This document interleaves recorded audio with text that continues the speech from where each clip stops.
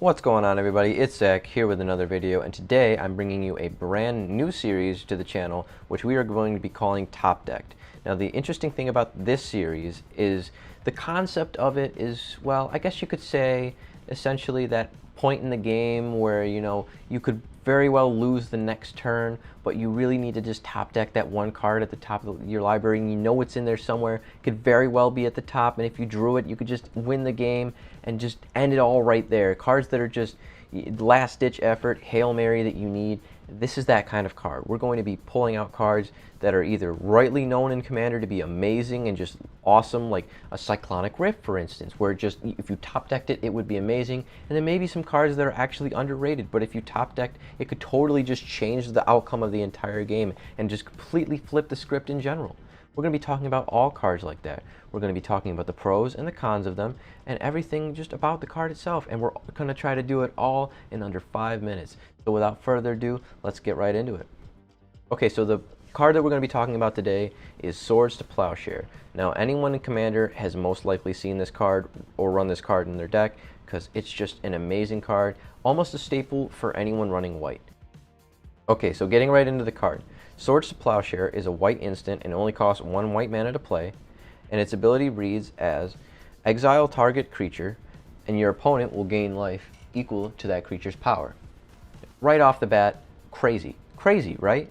I mean, 1 mana to exile any creature and your opponent will gain that life. I mean, that life gain isn't even that crazy if you look at that. Like, there's so many ways to stop that.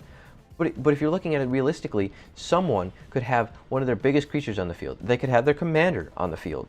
They could have a giant Eldrazi that's like a 13/13. Emrakul.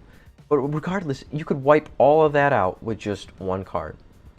And like I said, getting back to the point of there are so many ways to stop your opponents from gaining life, believe me, there definitely is. You have Erebos, God of the Dead, Everlasting Torment, Archfiend of Despair, and, well, yes, even Tybalt. Unfortunately, Tybalt. Why? Just why? But anyway, not forgetting about Tybalt, because, believe me, I want to.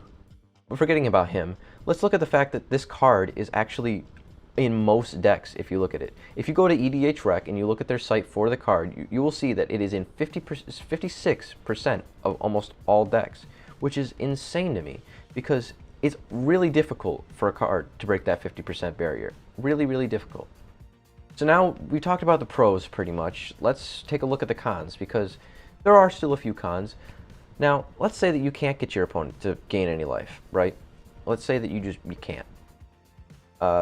They're going to end up gaining that life automatically because you play that. And if it's a big creature, the life gain could add up. If it's a 13/13, they gain 13 life, which does put you at a little bit of a disadvantage. Also, there's the fact that if you exile the creature and it does happen to be their commander, they could end up just getting it back, and the whole thing was entirely pointless.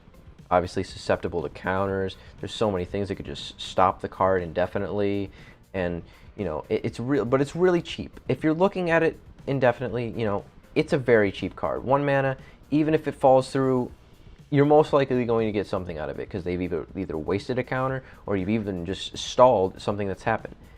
Now, concluding this, right, the fact of this card being top decked, I'm imagining a scenario, right, where you are going against an opponent who has a crazy creature on the field. It doesn't even have to be in high power. It could just have an ability that's insane. It could be their commander, as I pointed out before. It could just be a staple card for their deck that you just want off the battlefield because maybe it's part of some kind of Voltron thing that they're going on. Maybe it's one piece to a puzzle that if you took it out of the equation would just halt their entire deck. This card to top deck when that is happening is a beautiful card. Not even so much, it could happen early in the game or it could happen right at the end of the game because it's so cheap to play. It's an amazing card and all around deserves to be one of the first cards that we talk about in this brand new series. So anyway, that was Swords to Plowshare. I know I hit you with a lot really quickly, but that's really the point of this series, to just give you the most that we can talk about in this card. And honestly, it's a favorite to me. Honestly, it really is. It's one of my favorite really cheap cards for an instant. It's crazy. It doesn't really cost you anything to play. Awesome card. Definitely, if you top decked, would be a winner. So that's pretty much it for this video. Remember to like, subscribe, go follow us on Instagram, and follow us in our Discord, because really at this point we don't have that many people. We would really love to get more people, so be one of those original people. We talk about all things pretty much Magic. We have great discussions. We help you build decks if that's what we're doing, and make sure you stay tuned because there will be more videos in the future. And without further ado, I'm Zach, and I will see you in another video. Peace out.